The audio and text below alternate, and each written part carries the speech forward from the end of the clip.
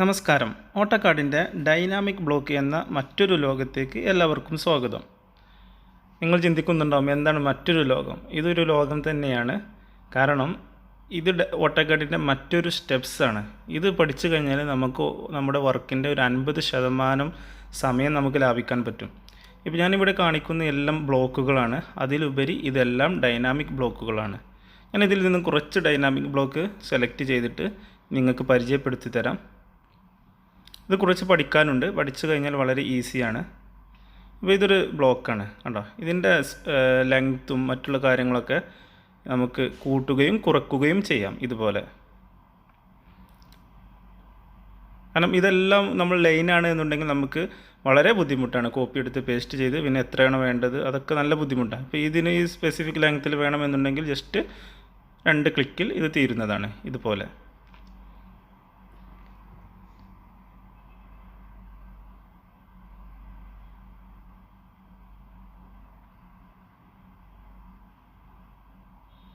മറ്റൊരു എക്സാമ്പിൾ നോക്കാം. കുറച്ച് കോംപ്ലിക്കേറ്റഡ് ആയിട്ടുള്ള ഒരു പാറ്റേൺ ആണിത്. ഇത് നമ്മൾ കോപ്പി എടുത്ത് പേസ്റ്റ് ചെയ്യുകയാണെങ്കിൽ നമുക്കിത് ഇതുപോലെ കിട്ടണമെന്നുണ്ടെങ്കിൽ വളരെ ബുദ്ധിമുട്ടാണ്. ഞാൻ പറഞ്ഞത് ഏത് ടൈപ്പാണ് നമുക്ക് വേണ്ടത് അത് നമുക്ക് ഡൈനാമിക് ബ്ലോക്കിലേക്ക് കൺവേർട്ട് ചെയ്യാം. ആ സമയത്ത് പിന്നെ നമുക്ക് അത് ഉപയോഗിക്കാൻ വളരെ ഈസിയാണ്. ഇപ്പോൾ ഇതൊരു ഡോറിൻ്റെ എലിവേഷനാണ്. നമുക്ക് ഇതേ രീതിയിൽ സ്ട്രെച്ച് ചെയ്യാൻ വളരെ ഈസിയാണ്. ഇനിയിപ്പോൾ ഡയമെൻഷൻ രീതിയിൽ മാറ്റണമെന്നുണ്ടെങ്കിൽ അങ്ങനെയും മാറ്റാം. അതല്ല, ഇത് പ്രോപ്പർട്ടീസ് എടുത്തു കഴിഞ്ഞാൽ നമുക്ക് പ്രോപ്പർട്ടീസിൽ എത്രയാണോ വേണ്ടത് ആ സംഖ്യ നമുക്ക് ചെയ്യാവുന്നതാണ്.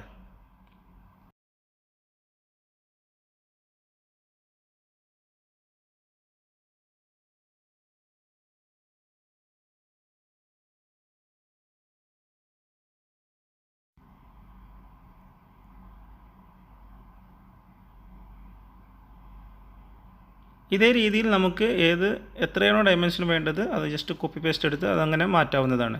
ഇനി നമ്മൾ സീലിംഗ് സെക്ഷനാണ്. കവ് സീലിംഗ് ഒക്കെ ഉള്ള ഒരു സെക്ഷനാണ് ഞാനിപ്പോൾ കാണിക്കുന്നത്. അപ്പോൾ നമ്മൾ ഏത് ടൈപ്പ് സീലിംഗ് ആണോ നമ്മൾ ഉപയോഗിക്കുന്നത് ആ രീതിയിൽ നമുക്ക് ഡൈനാമിക് ബ്ലോക്ക് ഉണ്ടാക്കുക. എന്നിട്ട് അതിനുശേഷം നമുക്ക് ഏതൊക്കെ രീതിയിൽ വേണം സ്ട്രെച്ച് ചെയ്യാൻ അതെല്ലാം നമുക്ക് ഇവിടെ ഉപയോഗിക്കാവുന്നതാണ്. അപ്പോൾ ഇതിൻ്റെ ഹൈറ്റ് 200 ആണ്. നമുക്ക് 100 ആയിട്ടൊന്ന് ചുരുക്കാം. ഇതെല്ലാം ഞാൻ നിങ്ങൾക്ക് ഒരു എക്സാമ്പിളാണ്, ഇൻട്രൊഡക്ഷൻ എന്ന രീതിയിലാണ് ഇപ്പോൾ ഈ ചാപ്റ്റർ കാണിക്കുന്നത്. ഏതെല്ലാം വിഷയങ്ങൾ ഇതിൽ ഉൾപ്പെട്ടിട്ടുണ്ടെന്ന് നിങ്ങൾക്ക് മനസ്സിലാക്കാൻ വേണ്ടി. ഇത് ഡോറിൻ്റെ പ്ലാനാണ്, സിമ്പൽ. ഇത് ജിപ്സം വാള്. അപ്പോൾ നമുക്ക് വാളൊക്കെ എങ്ങനെ വേണമെന്നുണ്ടെങ്കിൽ ഇതേപോലെ സ്ട്രെച്ച് ചെയ്താൽ മതി. വളരെ ഈസി ആയിട്ട് നമുക്ക് ഉപയോഗിക്കാവുന്നതാണ്. ഇതിപ്പോൾ ഈ ഒരു വാളിൻ്റെ ഈ രീതിയിലാണ്. നമുക്ക് എൽ ഷേപ്പിലാണ് എപ്പോഴും വാൾ വരുന്നതെന്നുണ്ടെങ്കിൽ എൽ ഷേപ്പിൽ നമുക്ക് ബ്ലോക്ക് ഉണ്ടാക്കിയിട്ട് അത് ഡൈനാമിക് ബ്ലോക്കിലേക്ക് കൺവേർട്ട് ചെയ്യാം.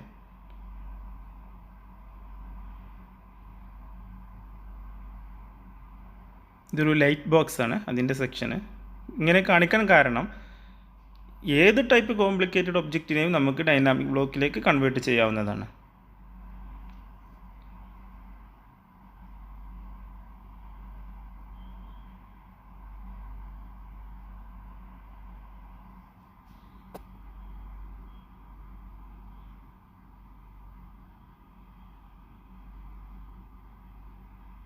ഇതൊരു ഗ്ലാസ് ഡോർ സെക്ഷനാണ്.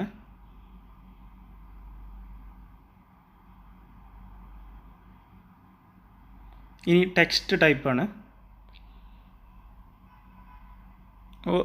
നോർമലി നമ്മൾ ടെക്സ്റ്റ് എഴുതുന്ന സമയത്ത് നമുക്ക് അതിൻ്റെ ടെക്സ്റ്റും അതിനുപോലെ റെക്റ്റാങ്കിളും വെവ്വേറെ ആയിരിക്കും.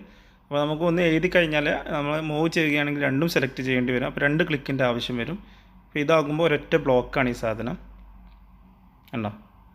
ഇതെല്ലാം ഒറ്റ ബ്ലോക്കാണ്. നമുക്ക് എഡിറ്റ് ചെയ്യാനും അതുപോലെ തന്നെ കോപ്പി ചെയ്യാനും എല്ലാത്തിനും വളരെ ഈസിയാണ്. സിമ്പിൾസാണ്. പക്ഷേ ഇത് നീക്കുന്ന സമയത്ത് ഈ സെൻറ്റർ പൊസിഷൻ കണ്ടോ, വളരെ ഏത് സമയത്തും നമ്മൾ സെൻറ്ററിലേക്ക് തന്നെ ആകുന്നു. നമ്മൾ മൂവ് ചെയ്യുന്നതിനനുസരിച്ച് സെൻറ്റർ ആകുന്നു. ഇതൊരു പാറ്റേൺ ആണ്. ഇത് ഡൈനാമിക് ബ്ലോക്കിൻ്റെ ഇൻട്രൊഡക്ഷൻ മാത്രമാണ്. അതിനാലാണ് ഞാൻ ഈ രീതിയിൽ കാണിക്കുന്നത്. ഇതിൻ്റെ ഈ ഒരു ഭാഗം ഞാൻ നിങ്ങൾക്ക് ഡിസ്ക്രിപ്ഷൻ ബോക്സിൽ കൊടുത്തിട്ടുണ്ട്. അപ്പോൾ നിങ്ങൾക്ക് ഡ്രോയിങ് ഡൗൺലോഡ് ചെയ്തിട്ട് ഈ ഒരു ബ്ലോക്കുകളൊക്കെ ട്രൈ ചെയ്യാവുന്നതാണ്. ഓരോ പാർട്ടിലും നമുക്ക് ഇത് എങ്ങനെ ചെയ്യാം എന്നുള്ളത് നോക്കാം. ഇത് നോർമൽ ബ്ലോക്കാണ്. ആ ബ്ലോക്കിനെ നമ്മൾ ഡൈനാമിക് ബ്ലോക്കിലേക്ക് കൺവേർട്ട് ചെയ്യുന്നു എന്ന് മാത്രം. ആ കൺവേർട്ട് ചെയ്യുന്ന സമയത്ത് കുറച്ച് ടെക്നിക്കുകൾ നമ്മൾ ഉപയോഗിക്കേണ്ടതുണ്ട്. അപ്പോൾ അടുത്ത പാർട്ടിൽ നമുക്ക് കാണാം.